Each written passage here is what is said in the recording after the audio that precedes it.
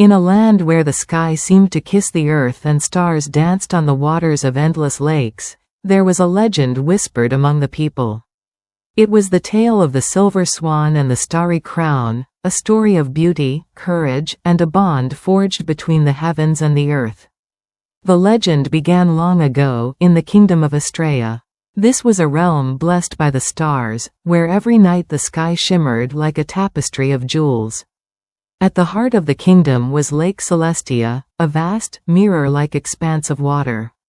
It was said that the lake held a secret, a single silver swan, whose feathers glowed softly like moonlight, and who wore the starry crown, a magical circlet that granted balance between the heavens and the earth. But one fateful night, the starry crown was stolen.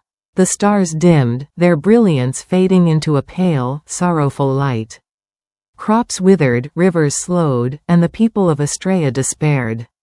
The silver swan vanished into the depths of Lake Celestia, her mournful cries echoing through the kingdom.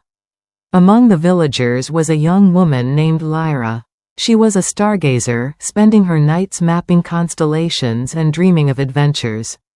Unlike others who saw the swan only as a myth, Lyra believed in her heart that the swan and the crown were real. When the stars began to fade, she felt a deep ache, as though the heavens themselves were calling to her. "I will find the starry crown," she declared one evening, standing on the shore of Lake Celestia. Her voice carried with it a determination that silenced the whispers of doubt around her. Armed with a satchel of provisions, a small dagger, and her grandmother's compass, said to always point toward what one seeks, Lyra set out on her journey. She knew from ancient stories that the thief of the crown could only be one being, the shadow sorcerer, a figure of nightmares who dwelled in the abyssal peaks far to the north.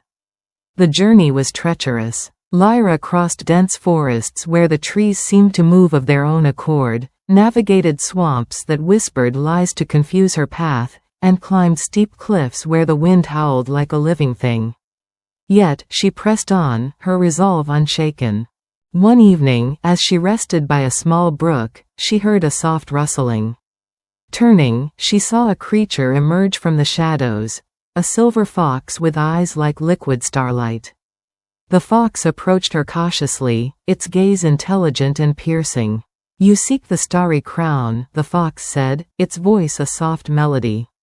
Lyra nodded, too awestruck to speak.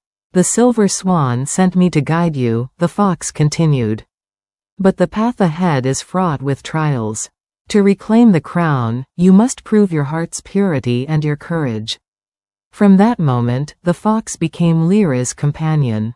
It led her through labyrinthine caves and across roaring rivers. Along the way, they encountered challenges that tested her mettle. A riddle-speaking sphinx guarding a bridge, a storm of falling stars that threatened to burn the earth, and a shadowy specter that tried to steal her memories. Each time, Lyra's courage and wit saw her through.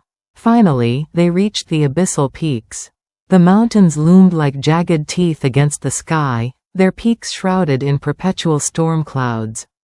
At the heart of the range was the shadow sorcerer's lair, a fortress carved from black stone and veined with eerie, pulsing light. Inside, the air was thick with magic. Shadows danced along the walls, and whispers filled the halls. Lyra gripped her dagger tightly, her heart pounding. At last, she entered a grand chamber where the shadow sorcerer waited. He was a towering figure, cloaked in darkness, with eyes that glowed like dying embers. On a pedestal behind him rested the starry crown, its jewels dim but still beautiful. "So," the sorcerer hissed, his voice like rustling leaves, "you've come to reclaim the crown? Foolish girl. Do you think you can defeat me?" Lyra stepped forward, her voice steady. "The crown does not belong to you. It belongs to the silver swan and the stars above. I will take it back." The sorcerer laughed, a sound that made the ground tremble. "Then face me, if you dare." With a wave of his hand, he summoned a storm of shadows. They swirled around Lyra, their icy tendrils clawing at her. But she remembered the fox's words. her heart's purity and courage were her greatest weapons. Closing her eyes, she focused on the light within her, the love she held for the stars and the forest, for the swan and the balance of the world. A brilliant light erupted from her, driving back the shadows. The sorcerer recoiled, hissing in fury. Seizing the moment, Lyra lunged for the crown. Her fingers closed around it, and as she lifted it high, a surge of power coursed through her. The crown's jewels blazed to life, their light filling the chamber. The sorcerer let out a final, anguished scream before dissolving into nothingness. The fortress began to crumble, but Lyra and the fox escaped just in time.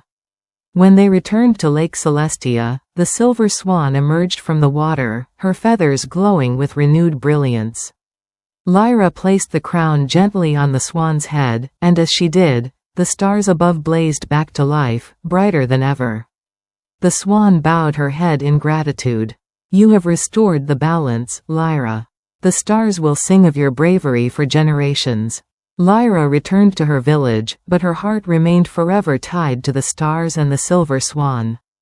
And so, the legend of the Silver Swan and the Starry Crown lived on, a reminder of the courage it takes to bring light to the darkest places.